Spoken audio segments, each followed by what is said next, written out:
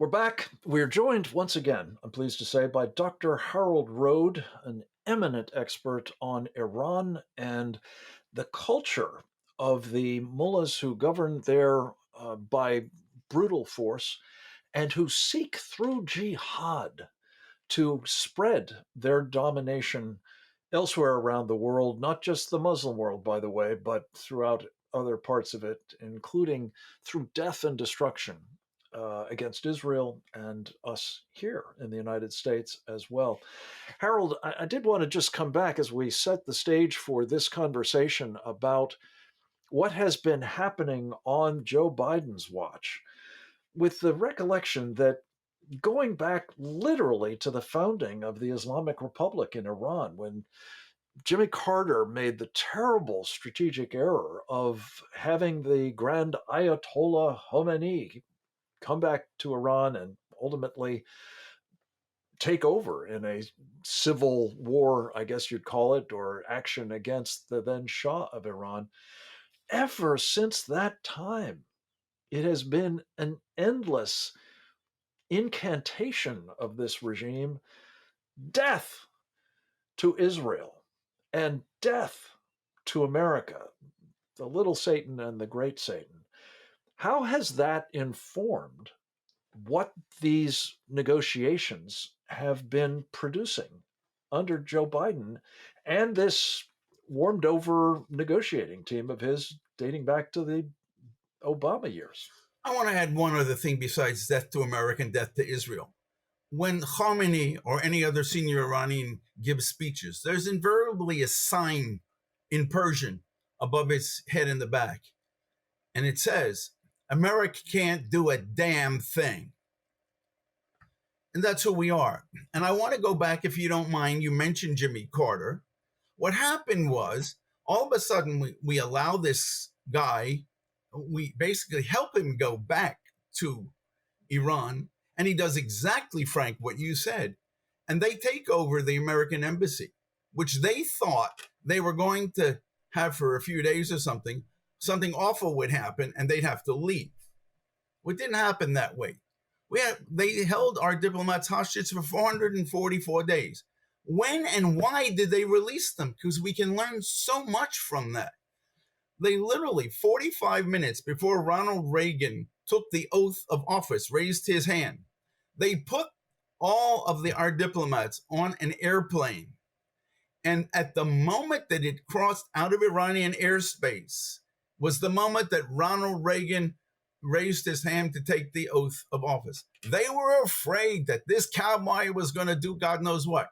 And what is the proof that they react only to strength is that they also threatened at the time, after they took over the American embassy, to take over the Soviet embassy. There was a Soviet Union way back when. And the Soviets told them very simply, we understand you've done this. Now you have 4 hours to give it up. If you don't, there won't be a Tehran anymore because we will obliterate it. And you know exactly what happened, Frank. The Iranians got out of the Soviet embassy as quickly as possible. Come, let us reason together doesn't never work. Mind. And that's what these people are doing now. Harold, so that brings us to this particular exercise that the Biden team has been going through. Again, and some of the names of these characters are very familiar to those of us who've been following their antics over the years. Robert Malley being the chief the worst of this project and having a terrible record in the past. People like Wendy Sherman, now the Deputy Secretary of State. Social worker. That's what her qualifications are. Yeah. Right.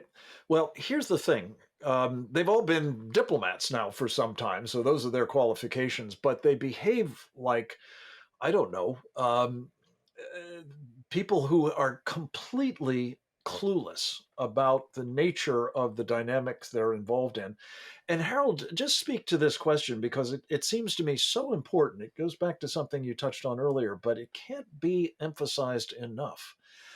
The Iranians have been humiliating these guys at every turn, have Yes. they not?